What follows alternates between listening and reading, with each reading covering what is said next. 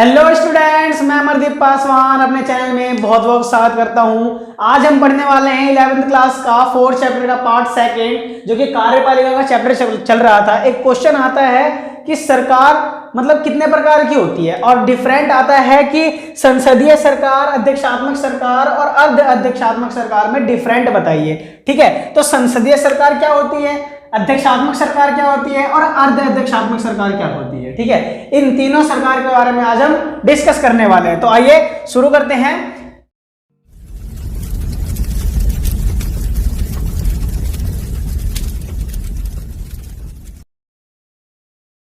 देखो, संसदीय प्रणाली जो है कहां कहां पाई जाती है? भारत में, जापान में, जर्मनी में, इटली में, पुर्तगाल में और यूके में, यानी कि यूनाइटेड किंगडम में पाई जाती है। कौन सी सरकार? संसदीय सरकार। लेकिन जो यूनाइटेड किंगडम है और जो जापान है, इसके अंदर प्रधानमंत्री तो होते हैं। अभी जब सारा समझाऊंगा तो अच्छे तरीके से समझ में आएगा, डोंट वरी। लेकिन जो यूके है और जो जापान है, इन दोनों में प्रधानमंत्री होता है, लेकिन संवैधानिक जो है वो मतलब जो राष्ट्रपति होता है वो वहां पे राष्ट्रपति नहीं है, वहां पे राजा के तौर पे काम करते हैं। तो देखो, सबसे पहले संसदीय सरकार की बात करें। संसदीय सरकार के अंदर देखो, संसद की बात हो रही है, संसदीय सरकार की। यहाँ पे जो राज्य का अध्यक्ष होता है, जो राज्य का अध्यक्ष होता है, राज्य का अध्यक्ष कौन होता है? संवैधानिक रूप से, जो कि संविधान कहता है, वो कौन होता है? वो होता है राष्ट्रपति। कौन होता है? राष्ट्रपति। लेकिन संसदीय सरकार के अंदर जो राष्ट्रपति होता है ना, वो केवल और केवल नाम मात्र का होता है। कौन से मात्र का? सिर्फ नाम मात्र का, कि भाई ये तो हमारा राष्ट्रपति है, उसका कुछ भी ज्यादा रोल नहीं होता, सिर्फ एक ही काम होता है और वो होता है सिग्नेचर करना। ठीक है, तो यहाँ पे एक पॉइंट हमारा ये हो गया। दूसरा पॉइंट, यहाँ पे कार्यपालिका होती है। क्या होती है? कार्यपालिका होती है। और जो कार्यपालिका होती है ना, इस कार्यपालिका के अंदर सदस्य कहां से चुन करके आते हैं?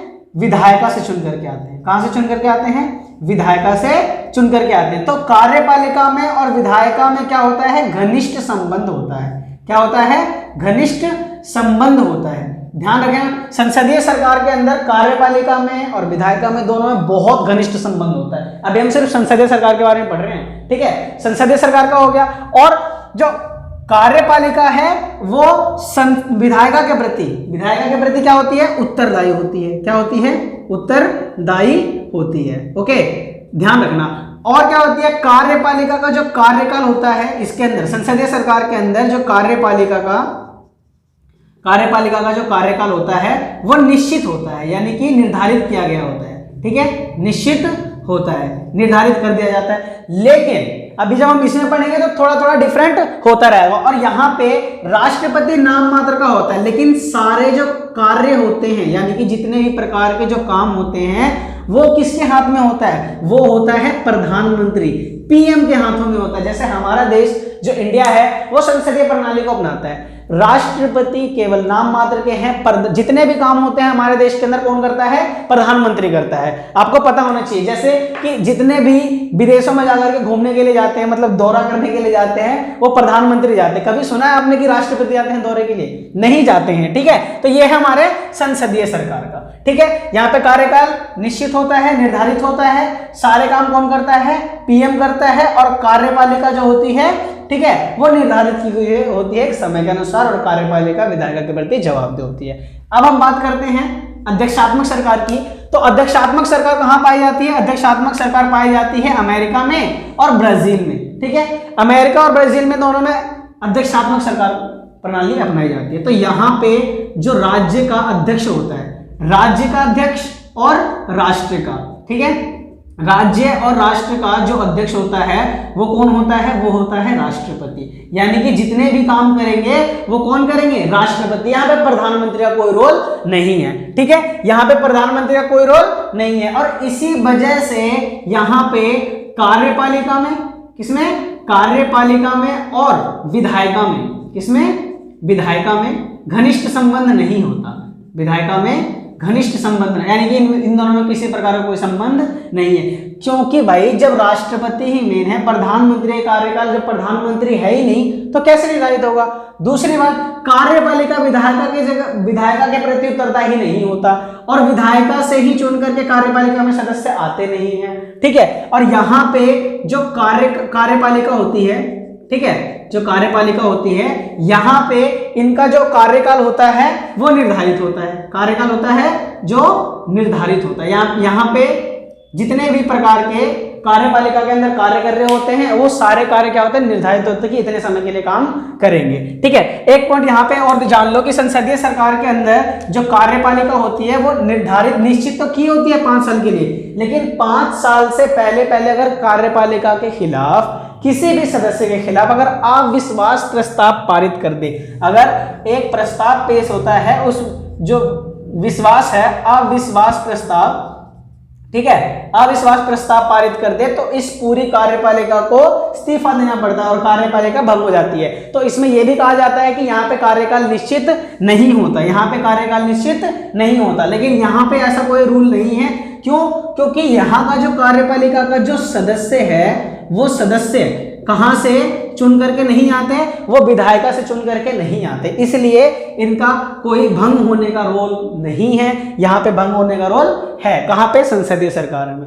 अध्यक्षात्मक सरकार के अंदर कोई रोल नहीं है भंग होने का, और इसका कार्यकाल क्या होता है, बिल्कुल निश्चित है, तो निश्चित है, यहाँ पे कोई किसी प्रकार का भंग वगैरह नहीं कर सकता। और यहाँ पे आपने देखा होगा कि जो यूएसए है वहां के जो राष्ट्रपति हैं वो दौरा करने आते हैं, क्योंकि प्रधानमंत्री वहां है ही नहीं, तो प्रधानमंत्री दौरा कैसे करने आएंगे।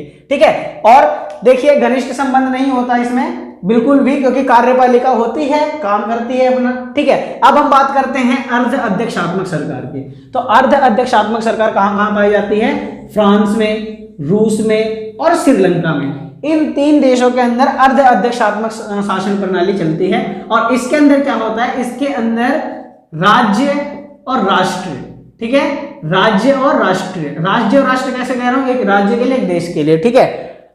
तो इन दोनों में जो राष्ट्रपति होता है, ठीक है, राष्ट्रपति और प्रधानमंत्री, ये दोनों ही क्या करते हैं, मिलकर काम करते हैं। क्या करते हैं, दोनों ही मिलकर के काम करते हैं अर्ध अध्यक्षात्मक सरकार के अंदर, यानी कि यहाँ पे कार्यपालिका और विधायिका में संबंध भी होगा और दोनों मिलकर के कार्य भी करेंगे। ठीक है, यहाँ पे समय भी निर्धारित होगा, यहाँ पे टाइम लिमिट भी बिल्कुल प्रोसेस तरीके से संबंध में निर्धारित होगा।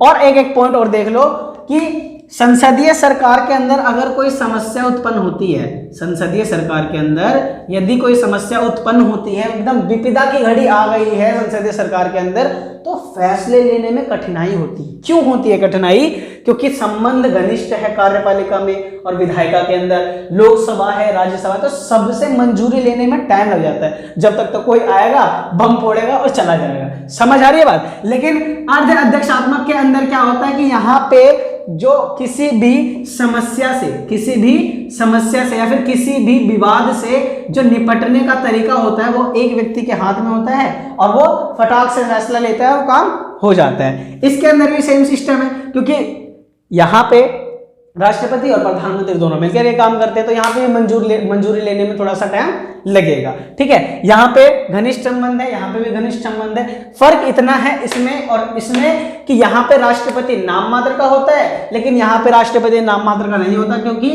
राष्ट्रपति और प्रधानमंत्री दोनों मिलकर के ही काम करते हैं। तो ये था हमारा वीडियो, सरकार कितने प्रकार की है। उम्मीद करता हूं आपको समझ में आया होगा। मिलते हैं वीडियो के नेक्स्ट पार्ट में, तब तक के लिए बाय।